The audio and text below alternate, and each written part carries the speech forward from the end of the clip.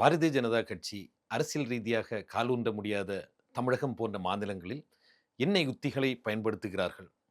கேரளாவில் எவ்வாறு அவர்கள் காலூன்ற நினைக்கிறார்கள் என்பதை பார்ப்போம். நேயர்களுக்கு வணக்கம். நான் உங்கள் கோகுல். தமிழகத்திலைப் போல கேரளாவிலும் பாரதிய ஜனதா கட்சி காலூன்றுவதற்கு மிகவும் சிரமப்படுகிறது. மக்கள் தேர்தலாக அவர்களை துரத்தி அடித்துக் கொண்டிருக்கிறார்கள். எங்கோ அங்கொன்றாக, இங்கொன்றாக சில வெற்றிகளை அவர்கள் பெற முடிந்தாலும், பெரிய அளவில் அவர்களுக்கு வெற்றி கிடைப்பதில்லை. அரசியல் ரீதியாக இது முடியாது என்று தெரிந்து கொண்ட பின், அவர்கள் செய்யும் முதல் வேலை என்ன என்றால், அந்த மாநிலத்தின் கலாச்சாரத்தை தாக்குவோம். அந்த மாநிலத்திற்கென்று தனித்துவமான ஏதாவது ஒன்று இருக்கும். அதை தாக்கினால் மட்டுமே நாம் உள்ளே வர முடியும் என்று பாஜகவுக்கு தெரியும்.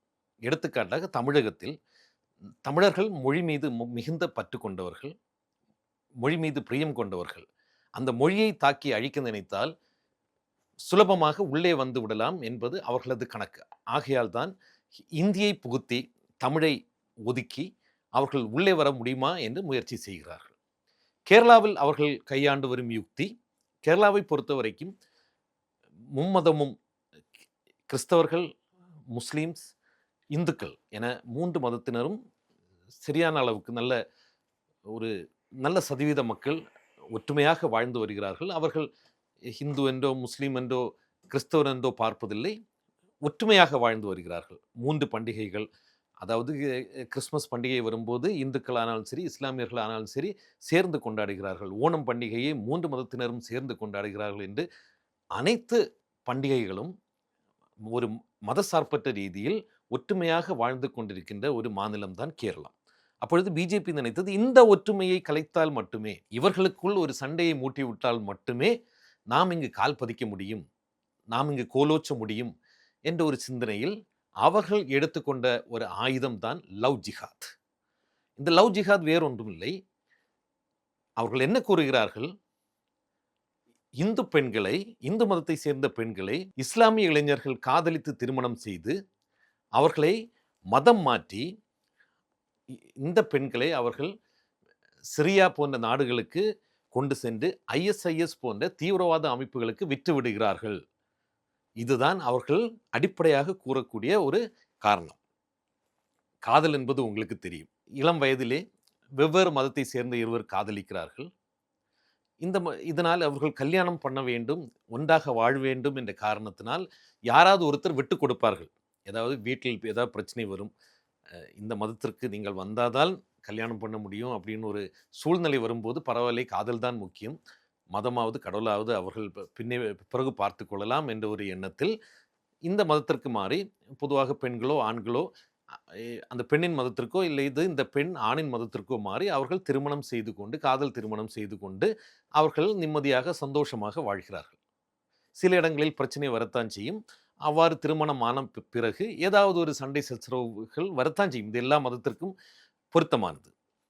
இங்கே என்ன நடக்கிறது? இஸ்லாமிய இளைஞர்கள் ஏதாவது ஒரு இந்து பெண்ணை காதலித்து திருமணம் செய்யும் போது அவர்கள் இஸ்லாம் மதத்துக்கு மாறுகிறார்கள்.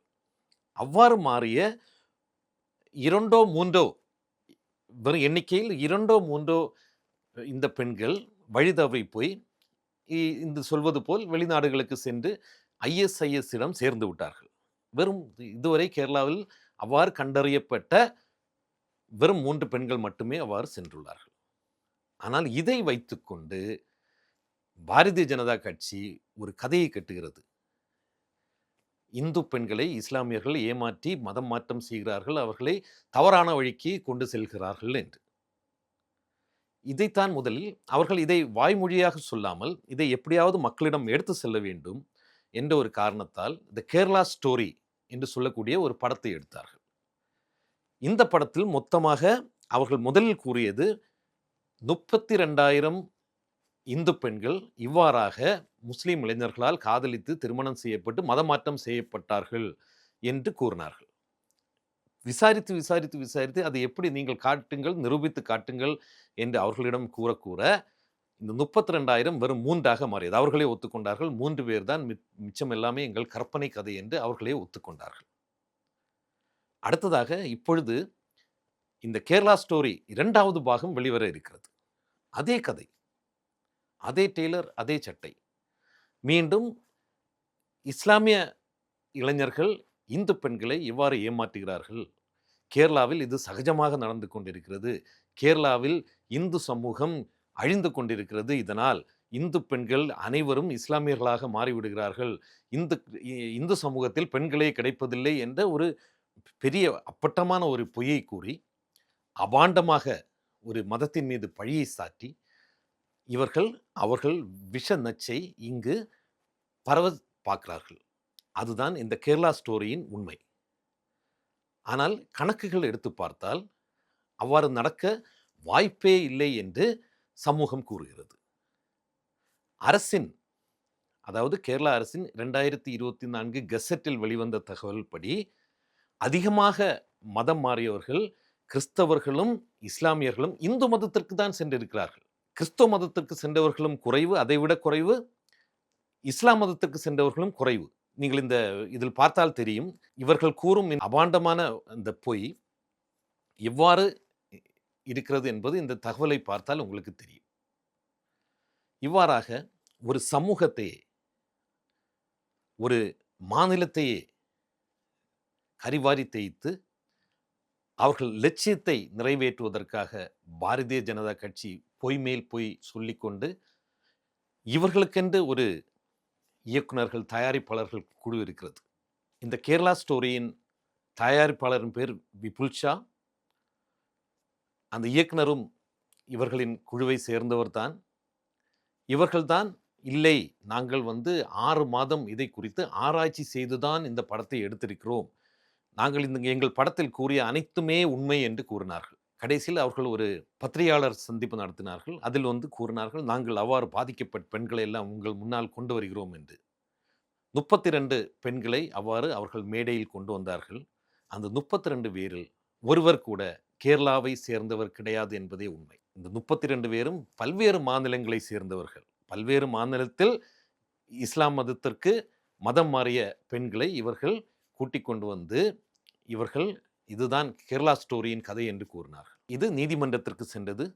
நீதிமன்றம் விவாதங்களை கேட்ட பின்னர் கடுமையாக சாடினார்கள் தயாரிப்பாளர் மீது. நீங்கள் எவ்வாறு ஒரு மாநிலத்தின் மக்கள் மீது இவ்வாறாக பொய் பிரச்சாரம் செய்யலாம்? அவர்களின் கலாச்சாரத்தை எப்படி சீரழிக்கலாம் நீங்கள் என்று கூறி நீதிமன்றம் இந்த படத்திற்கு தடை விதித்துள்ளது. தற்காலிக தடை விதித்துள்ளது. பிப்ரவரி 27ஆம் தேதி இந்த படம் வெளியாக இருந்த நிலையில் நீதிமன்றத்தின் தீர்ப்பால் இதை ஒத்தி போட்டிருக்கிறார்கள். மோடி அரசு மிகவும் புத்திசாலித்தனமான ஒரு அரசு. அவர்கள் என்ன செய்தார்கள்? இந்த வழக்கினை விசாரித்த ஒரு நீதிபதியை அவர்கள் பதவி உயர்வு கொடுத்து சென்னை நீதிமன்றத்திற்கு அனுப்பி வைத்திருக்கிறார்கள். அதாவது பொதுவாக தண்டனை கொடுத்தால் நாம் கேட்போம், இந்த படத்திற்கு எதிராக ஒரு விதியை கூறியதற்காக பாரதிய ஜனதா அரசு தண்டித்து விட்டது என்று நாம் கூறுவோம் என்பதற்கு, அதை தவிர்க்கும் வகையில் அவருக்கு பதவி உயர்வு கொடுத்து அந்த மாநிலத்திலிருந்து இந்த மாநிலத்துக்கே அனுப்பிவிட்டது. முன்பெல்லாம் புத்தகங்கள், சினிமாக்கள் போன்றவை கலாச்சாரங்களை வளர்த்தது. வன்முறை தவிர்க்க வேண்டும், அமைதி நிலைநாட்ட வேண்டும் என்ற ஒரு காரணங்களுக்காக பல படங்கள் வந்தது. ஆனால் இப்பொழுது அதே கலையை பாரதிய ஜனதா கட்சி, ஆர்எஸ்எஸ் இயக்கம் தவறாக பயன்படுத்தி சினிமா மூலமாக ஒரு மாநிலத்தின் கலாச்சாரத்தை எவ்வாறு சீரழிக்கலாம், அந்த மாநிலத்தில் எப்படி ஒரு பிரிவினையை ஏற்படுத்துவது, ஒற்றுமையாக வாழ்ந்து கொண்டிருக்கும் 3 சமூகத்தை எப்படி பிரிப்பது என்று யோசித்து இந்த மாதிரியான திரைப்படங்களை தயாரித்து வெளியிட்டு வருகிறார்கள். நாம் கவனமாக இருக்க வேண்டும்.